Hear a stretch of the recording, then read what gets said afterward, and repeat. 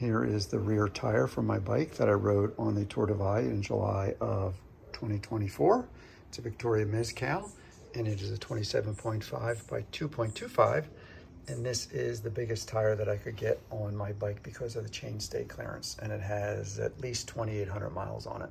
I will say that at least 90% of the bikes that I saw on the Tour Divide this year were riding this particular tire in both the 27.5 and probably more on the 29-inch side.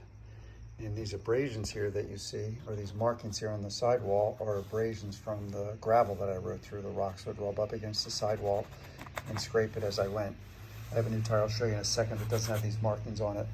And this tire comes in two different types. It comes into the thinner sidewall and then a heavy-duty sidewall. This is the thinner sidewall, so you get the benefit of the suppleness of the big tire.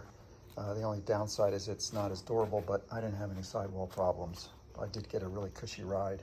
So here goes what's left of the tread. And interestingly, it looks like the non-drive side actually wore more than the drive side. This is the drive side here. And yeah, so you can see the tire is basically bald. It did have one puncture. Interestingly enough, it was when I was on the way to El Paso on the pavement. I think it picked up a thorn near Antelope Wells. Near Antelope Wells, you get there's these shrubs with these really long thorns. I think the thorn actually worked its way in the day earlier, and I noticed it was flat in Columbus. But anyway, I had to plug that, and I think it was the thorn. This is the front wheel that I had on the Tour Divide, and it is again a MEZCAL, but it is slightly bigger at 2.35, and that's because it was in the front of the bike and the front fork. As you know, if it's disc brakes, you get a wider tire on it. And as you can see, there is the abrasions there from the gravel, mostly from the rock. These rocks on these gravel, where they pour the gravel in, range from it goes from ball bearings to pea size to marbles, and then up to golf ball size and larger. And they're not necessarily sharp, but they are pointed. Let me go ahead and show you the tread. What's left, because the front usually doesn't wear as much as the back. Again, there's the back and there's the front, and you can see it has more tread on it, and I'm still using it. I'm going to try and get a little bit more mileage out of it. You almost get a center area to roll on, so rolling resistance on the asphalt's pretty good, but then you saw these knobbies for when you're on trail.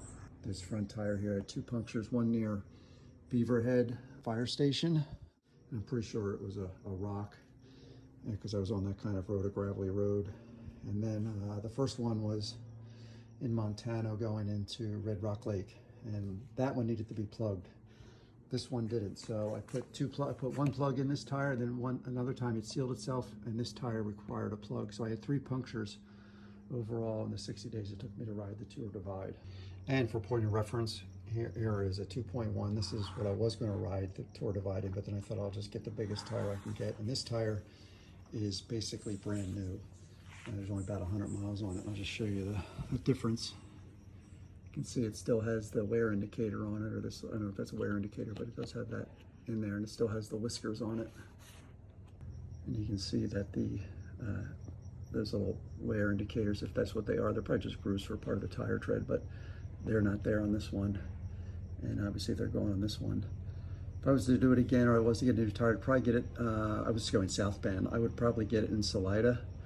That way you get the most out of this tire, and you probably still have some tread left to get some use out of it when you get back home. I recently filled this front tire up for a local gravel ride to 22 PSI, and I noticed how hard it was. And that made me realize that when I was riding the Tour Divide, I was probably in the teens. When I was riding on the gravel, I would adjust the PSI accordingly. If I was on asphalt for a little while, I would pump up more air. But it was really a comfortable ride at that low of a pressure. So there you go.